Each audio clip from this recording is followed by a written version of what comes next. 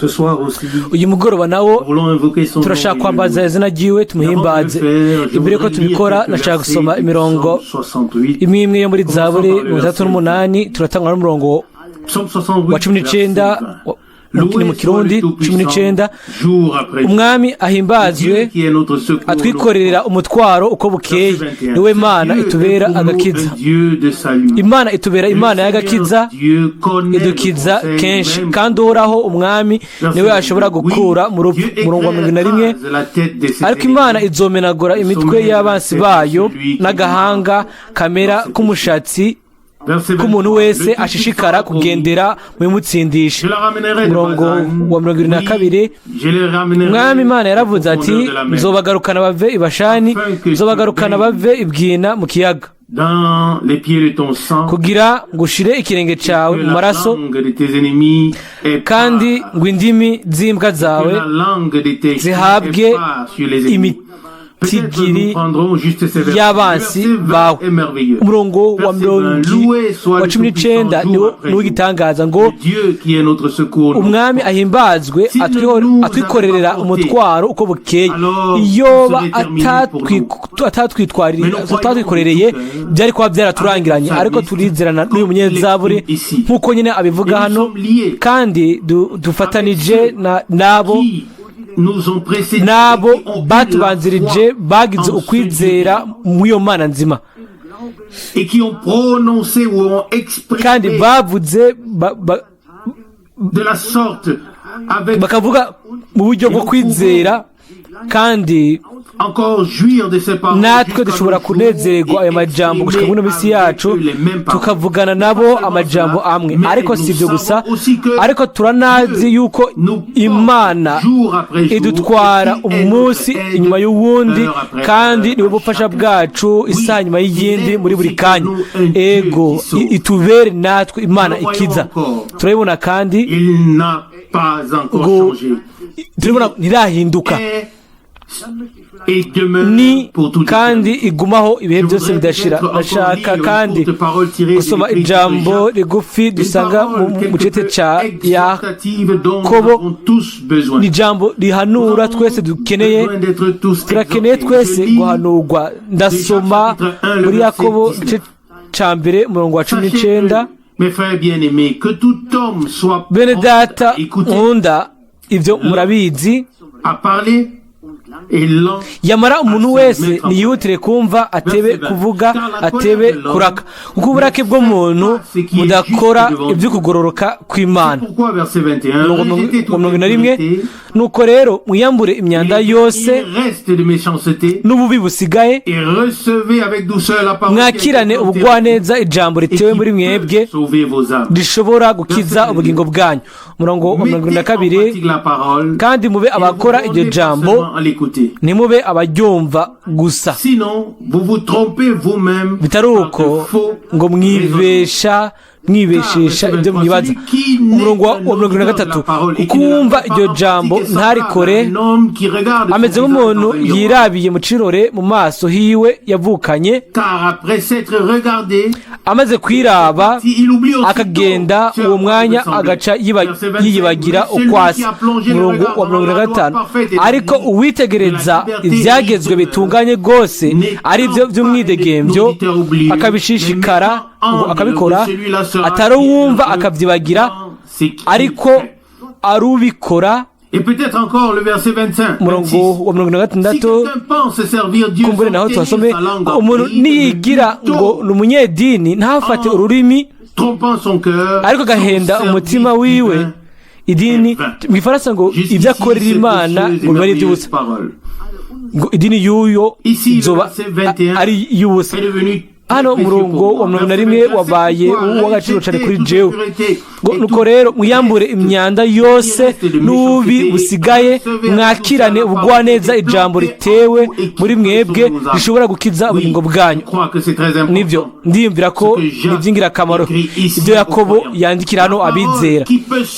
Ijambo rishobora gukiza ubugingo bwanyu, ijambo ryamyeho guhera ku ntango, ijambo rirahari gushika no misi yacu. Turabizi yuko ijuru n'isi bizovaho ariko ijambo ryiwe ryo rigumaho kandi rigumana agaciro karyo. Ibyavuzwe ku ntango biguma bifite agaciro gushika ku iherezo. Hanyuma aravuga mu murongo wa 42 muri Yakobo wa mbere, kandi mube abakora iryo jambo ntimube abaryumva gusa mwibesha. Mbere tarabashiki banje abari hano muri weekend twarasomye kandi tujya kubona mu byanditswe yuko abantu basesangura ijambo ry'Imana cyangwa kugomba kw'Imana, barabaza ukugomba kw'Imana uko ariko nubwo biri uko bagakurikira ibyumviro byabo bagakora ibyo bagomba. Kandi twabonye cyane byazanye twavuga ngo ntidushaka gusa nabo, ahubwo dushaka gushyira ijambo mu bikorwa atari kuryumva gusa. Imana twese abakoraniye hano turabikeneye birushirije, kandi turizera yuko izodufasha kuri ibyo. Twebwe ubwacu dushobora kuyifasha ariko we azodufasha kuri ibyo. Turashimira cyane Imana mbere no kuri umugoroba zishaka kuvuga umwanya muremure, shaka kurekera ikibanza mwene data, ariko mbere y'ibyo tubanze duhaguruke dusengere hamwe. Data uri mu ijuru, turagushimira n'imitima yacu yose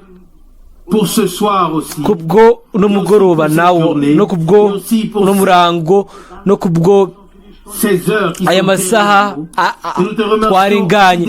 Turagushimira no kubw'amasaha ari imbere yacu Mwami. Ntitujya no kuno mugoroba gusa kubera ko ari akamenyero, ariko dushaka guhimbariza hamwe n'abera n'abizera, tutazira duca hejuru izina ryawe umunsi ku wundi, tugushibagiza tuguhimbaza Mwami, kuko ni wowe gusa uhabwa icubahiro, amashimwe no gusengwa. Nicyo gituma turakoranye hano kandi kuno mugoroba turagushimira mubwira nk'imitima yacu Mwami ko wagarukanye mwene data wacu mu magara meza hagati muri twebwe, kandi turagusabye kandi ngo uze ufashe abo bose bafite ibyo bakeneye, bari mu bibabaza, bamereye nabi mu ndwara, tubashize mu biganza byawe, kandi turasabye biva mu bwira bw'imitima yacu Mwami. Turabizi yuko kuri wewe hari agakiza, kuri wewe hari ikigongwe, kuri wewe hari agakiza. Turagushimira yuko dushobora kwegera kuno mugoroba tukambaza izina ryawe Mwami. Ukore kugira ngo ntitube abantu bumva gusa ijambo ryawe, ariko tube muri bajya barishira mu bikorwa.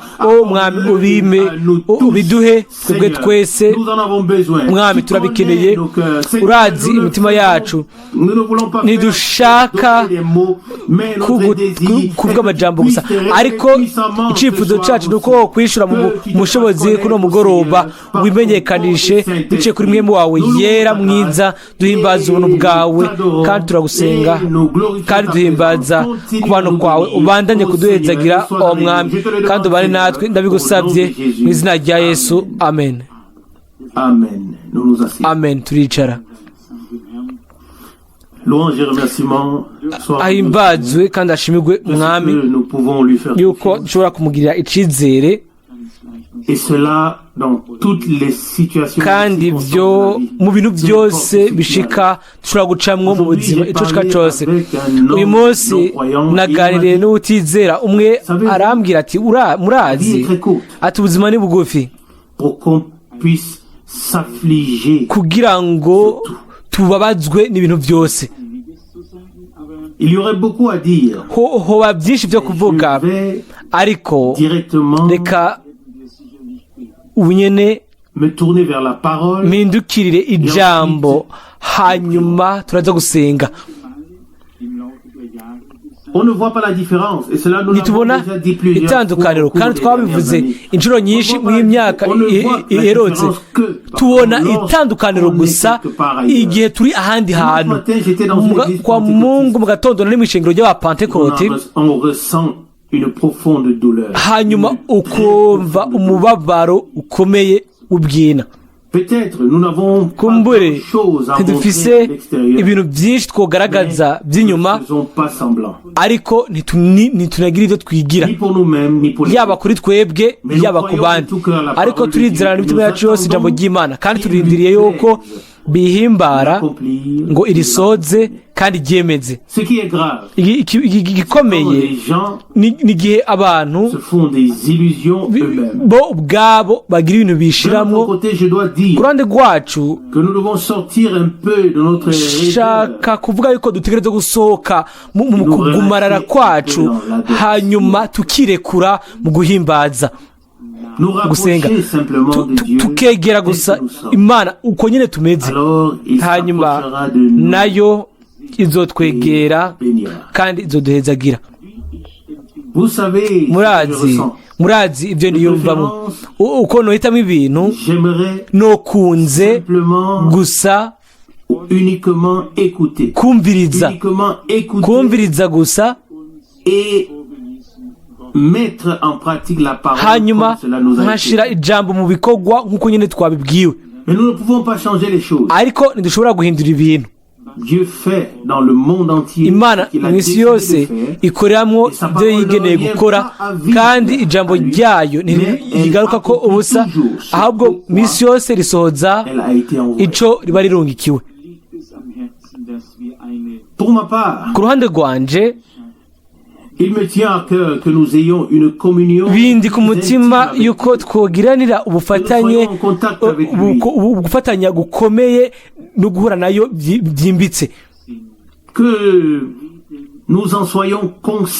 by'ukuri tukaba tubizi ko mu masengesho turiko tuvugisha Imana, tubizi yuko turiko tubwira uwaducunguye, uwo tubereye ishamvu, uwo tugirira icizere,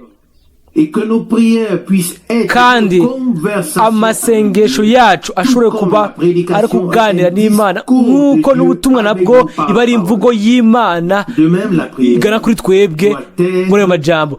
Uko nyine niko n'isengesho rigomba kuba ari cyo kiganiro kiva kuri twebwe kuja ku Mana.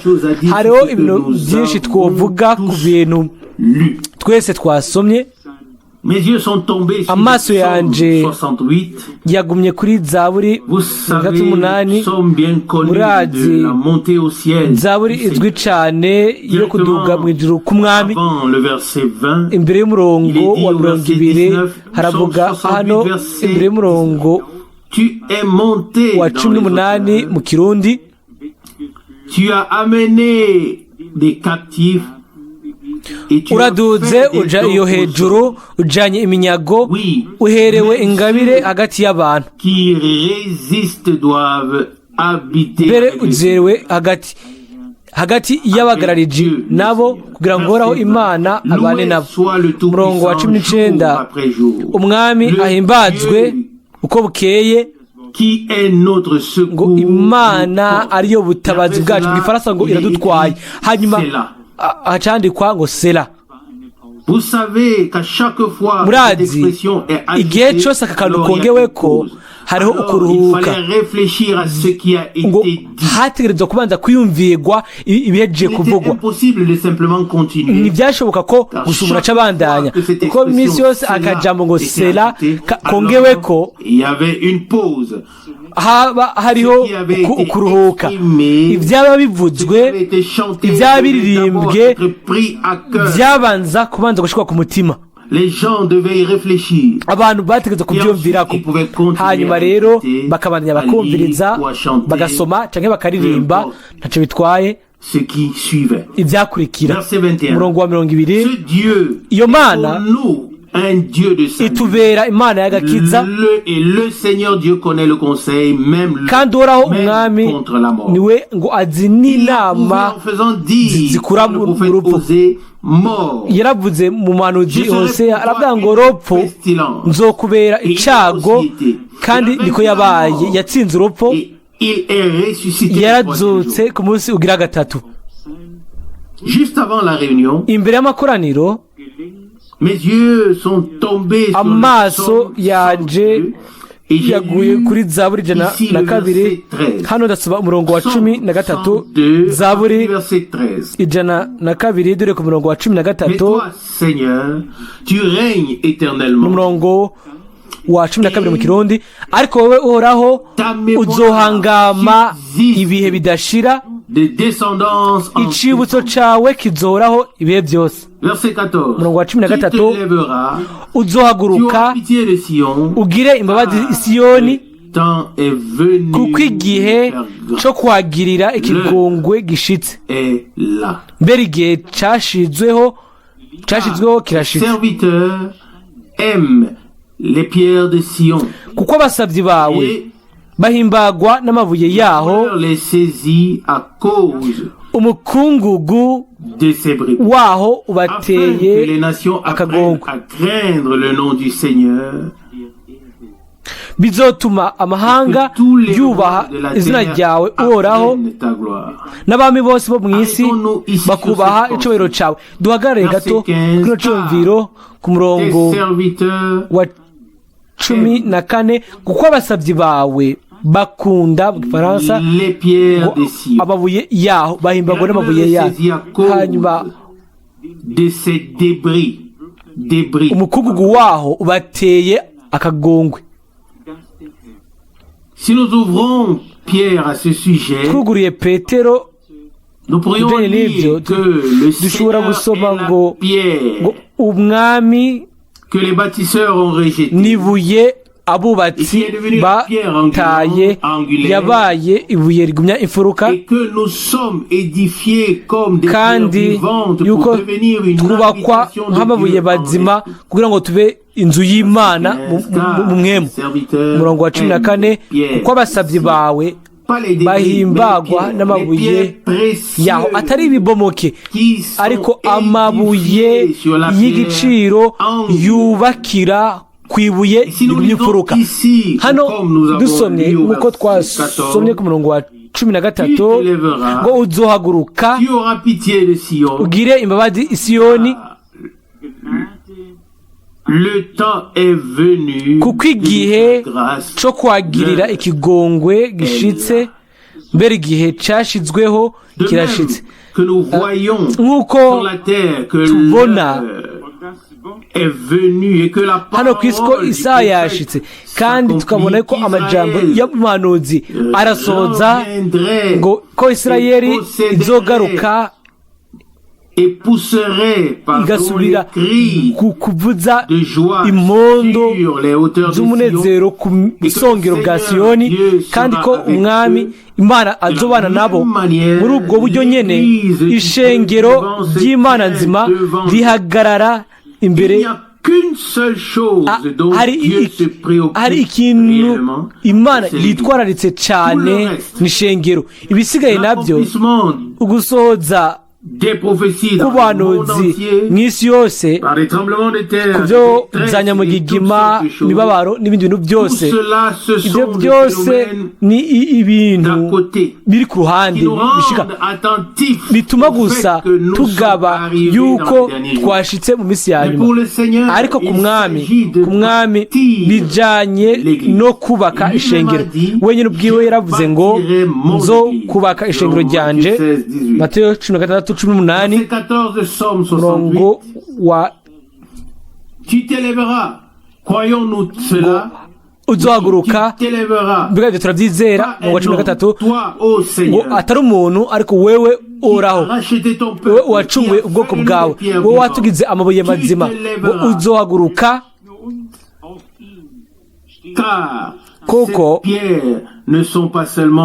ayo mabuye ntari imbere yacu gusa, ahubwo ari imbere yiwe nawe. Turababazwa n'ibibomoke nawe nyene nuko, ariko amabuye aguma kandi n'ay'agaciro. Ibibomoke canke mukungugu ukikije ayo mabuye ntaco bigira kwibuye na rimwe. Ibuye riguma ari ibuye, kandi n'imikungugu nayo iguma ari umukungugu nyene. Hano aravuga ku murongo wa 13 ngo uzohaguruka hahimbazwe umwami, ngo uzohaguruka ugire imbabazi Siyoni hagutere akagongwe kuko igihe cyo kwagirira ikigongwe cyo kwagirira ubuntu mu gifaransa ngo gishitse isaha mbere igihe cyashitse cyo kwagirira ubuntu isaha ni igihe umwami yakora igitangaza cya mbere ikana Galilaya yaravuze ngo isaha yanje ntirashika Yohana 2:4 inyuma y'ako kanya isaha yiwe yarashitse akanya gato nyuma y'aho isaha yiwe yarashitse uwo munsi nyene kumbure uwo mugoroba nyene isaha yiwe yarashitse birashoboka ko yuko n'ubu tutarabibona ariko bukwi na bukwi izo biri ngaho kuko Imana yarabisezeranije. Murongo wa 14 muri Zaburi 102 ko abasavyi bawe bahimbagwa n'amabuye yaho atari bibomoke ariko amabuye y'agaciro yubakiye kubuye ry'imfuruka. Murazi yuko ahantu hari amabuye hari n'umukungugu ariko kiba carabaye ariko byose imbere y'Imana n'abakozi bayo ibintu Imana yigeneye gukora ibyo bikora. Hanyuma aravuga umurongo wa 15 ngo bizotuma amahanga yiga kubaha izina ryawe uhoraho n'abami bose bo mu isi bakubaha icubahiro cawe. Umurongo wa 16 kuko uhoraho azoba asubiye kubaka Siyoni. Ku ruhande rumwe mu murongo umwe amabuye ari imbere y'amaso, hama mu wundi murongo umwami ntiyahagurutse gusa ahubwo yasubiye kubaka Siyoni. Yegeranije amabuye ayagira inzu aho ishobora kuguma kandi aho ashobora guhishurira ubwiza bwiwe. Agace ka kabiri k'uyu murongo haravugwa umurongo wa 16 agace ka kabiri kandi azoba abonekanye icubahiro c'ubwiza bwiwe. Ubwa mbere arahaguruka akegeranya akubaka, hanyuma akagaragara akaboneka akigaragaza mu byo wenyine ubwiwe yubatse kubwo icubahiro hamwe n'ubwiza bwiwe. Iyo niyo mpamvu niyo ntumbero y'ishengero. Umurongo wa 17 kuko kuko uraho azoba asubiye kubaka Isiyoni kandi azoba abonekanye icubahiro c'ubwiza bwiwe. Umurongo wa 17 ashize umutima ku gusenga ko batagira shinge na rugero, ntiyakengereye gusenga kwabo. Mbega iri si jambo ry'igitangaza rimwe na rimwe tuba twumva nk'aho umenga twatawe ko dusuzuguwe dukengeretse, kandi niko turi. Siko twibaza gusa ko niko turi, ahubwo niko turi.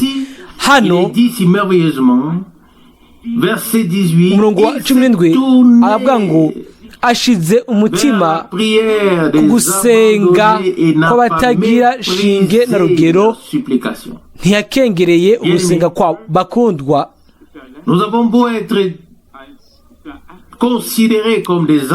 dushobora gufatwa nk'abahebwe nk'abasuzuguritse, ariko umwami iyo asubiza isengesho ahindukirira amasengesho y'abaza kurondera ubwisho muri we. Umurongo wa 18 ibyo bizokwandikirwa ab'igihe kizoza, ubwoko buzoremwa buzoshima Uhoraho. Mbega ibi ni biki? Ukubaka hano ku isi? Oya, ngo kugira ngo ubwoko buzoremwa buzoshime Uhoraho. Ibyo byari bikwiye yuko bibwirwa urungano ruzokurikira. Reka ndabisome irindi rimwe. Umurongo wa 18 ngo ibyo bizokwandikirwa ab'igihe kizoza, aburundi rungano. ngo kugira ngo ubwoko buzoremwa buzoshime uhoraho. Ubwoko mu buryo bushasha buremwe niwe akora ibintu byose akabigira bishasha. Aravuga ngo ibintu byose ndabigira bishasha. Turazi yuko ijuru n'isi bizotegerezwa kugirwa bisha.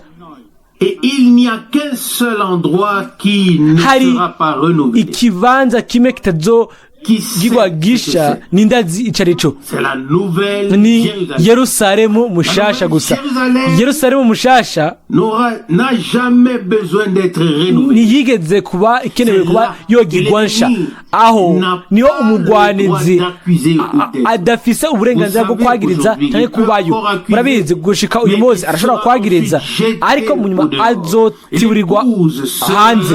Hanyuma umugeni nawe azoba ari muri Yerusalemu mushasha, kuko aranditswe ngo mbona ijuru rivaho nk'uko bazinga igitabo muri mu ndesho ya 6:14. Ivyo twebwe ntiduhungabanya, tuba turi muri Yerusalemu mushasha, kandi aho nta kintu kimwe kiba. Aho niho umwami yaduteguriye ikibanza aho kuba ibihe byose.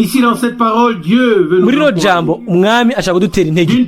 Ku ruhande rumwe tubona amabuye y'Isiyoni, dufise umubabaro w'ibwira, dufise umubabaro ukomeye kubwo ibibomoke.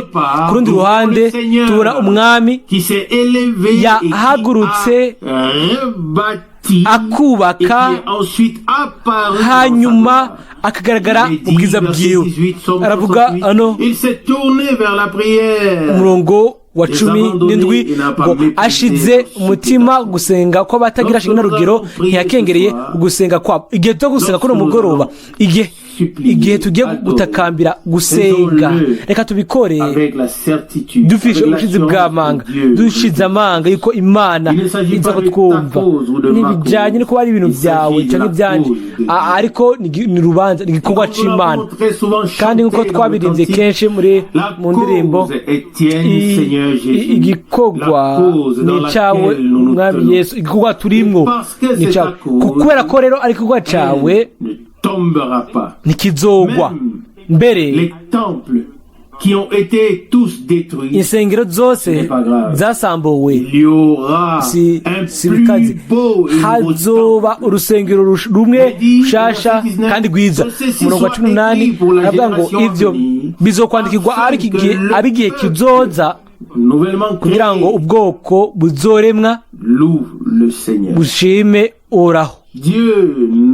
Imana mbega ntiyamaze kuvuga mu isezerano rishasha ngo nzobaha umutima mushasha n'imwemu nshasha? Nibyo, atari imwemu itazi neza, ariko imwemu ifise amashizi ubushizi bw'amanga buva ku Mana bushingiye ku ijambo ryayo. Umwemu w'Imana ahaba havuye ijambo ry'Imana. Umurongo wa 18 arabandanya akavuga ngo gucika kabiri, kugira ngo ubwoko a nouvellement été créé buzoremwa buzoshime uhoraho. Abo bose bagize umwimenyerezo hamwe n'Imana, bakaremwa ari ibyaremwe bisha, barashaka guhimbaza kandi bazohimbaza umwami. Hanyuma aravuga umurongo wa 19 kuko azoba arungurutse hasi ari hejuru ahera hiwe, uhoraho arungurutse isi ari mu ijuru, kugira ngo yumve ukuniha kw'imbohe, abohore abagerewe gupfa. Amen. Aya majambo yose n'amajambo y'ubwiza nk'emu w'Imana yavugiye mu kanwa k'abahanuzi, mu kanwa k'abakozi b'Imana. Muri Zaburi aucun état qui existerait et qui nta nimero n'imwe ishobora kubaho itigeze yoba itaravuzwemo kandi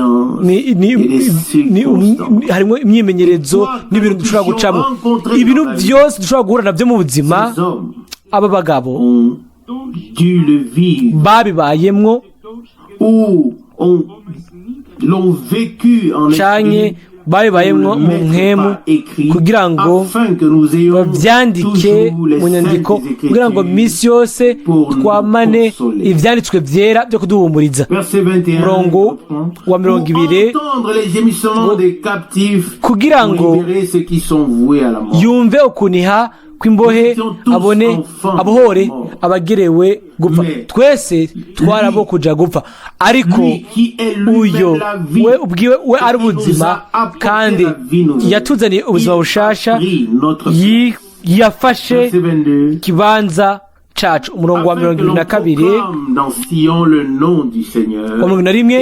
ngo abantu bamenyekanishe izina ryoraho Isiyoni n'ishimwe ryiwe Yerusalemu. Murabizi yuko cari co gisagara ico Imana yitoranirije imbere yuko yitwa Yerusalemu, yitwa Salemu. Igihe Melkisedeki umwami w'i Salemu yaza gusanganira Aburahamu, cari co kibanza nyene, cari co gisagara nyene, Yerusalemu, igisagara c'amahoro. Mbega cakubiswe n'iki? Intambara zingahe? Mbega gusamburwa kungahe? Imibabaro ingana gute? Ariko Yerusalemu yagumye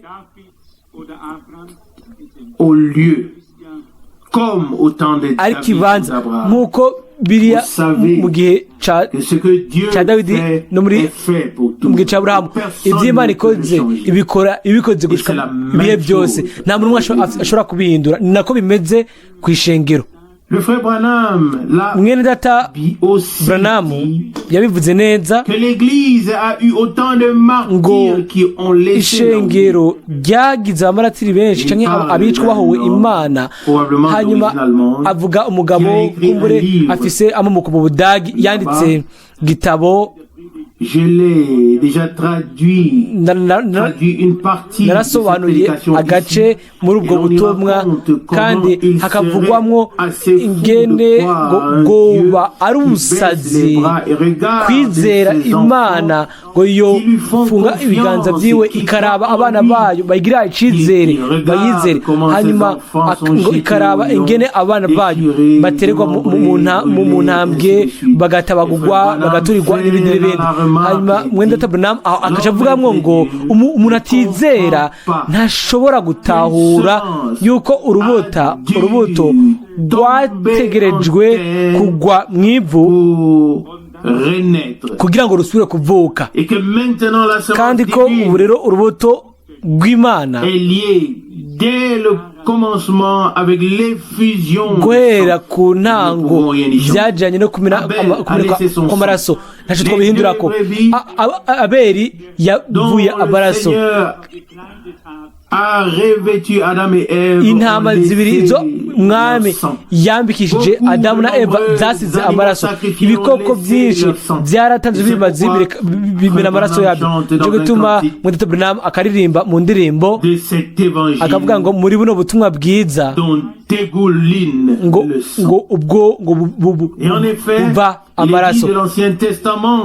Hanyuma akaca avuga ngo mubwira mu izino rya kera amaraso ya Abeli gushika ku ya Zekariya wiciwe ahatangirwa ibimatsi, ngo n'amaraso ya Abeli agenda ameneka. Wera nawe ubwiwe yaraje amena amaraso yiwe yera kubwo abantu bose bejejwe n'ijambo ry'ukuri. Yarabacunguye, arababohora, arabasohora, abambika imbabazi n'ikigongwe. Amen. Ni ikihe kindi dukeneye?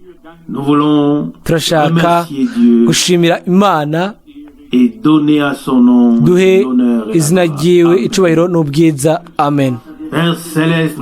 data uri mu ijuru turagushimiye hamwe kubwo uno mugoroba turavuze ngo urakoze kubwo ijambo ryawe ryera kandi ry'igiciro mwami watugize amabuye mazima kandi wubaka ishingiro ryawe wubaka ishingiro inzu yawe turanezerwa turashima cyane yuko uri ni wewe nyir'igikorwa dushobore gushirwa mu kiganza ceza umuntu wese aruge ibyo yemerewe mwami turabona mu ijambo ryawe yuko hariho ibibomoke hariho ibintu byinshi byasambutse ariko amabuye yarakuweho aregeranywa kugira ngo ashobore kuba ari inzu ikomeye hahimbazwe wowe imana ugusengwa waraje uraza muri iyo nzu niryo nico cyifuzo cacu ngo uze mu nzu yawe uze mu ishengero ryawe uze hagati muri twebwe imitima yacu mana yizigwa byose bisho byacu niko gutakaba kwacu no mugoroba naho ntugume kure y'umuntu wese muri twebwe ariko duhezagire mana yizigwa ndagusabye kandi kubwo abanditse bagahamagara abaryamye bagwaye o mwami abo bose bari mu kwiheba mwami tubashize imbere yawe o mana kandi turagusabye ngo ushobore kutugira ubuntu utange imbabazi mwami nta kintu kimwe dushoboye ariko wewe uri imana y'ijuru n'isi nibyo wowe gusa niwe waremye byose mu buryo butangaje kubw'izina ryawe icubahiro n'ubwiza guhimbaza no gusengwa mwami turizera mwami turizera yuko buno mwanya nyene utanga ubushobozi bwawe biciye kuri mwemu no gushimira mwami ushobora gukora ibintu byose icubahiro kw'izina ryawe byose byose mu biganza byawe kandi tuzobanya gusaba ubufasha bwawe n'umugisha wawe mu izina rya Yesu amen.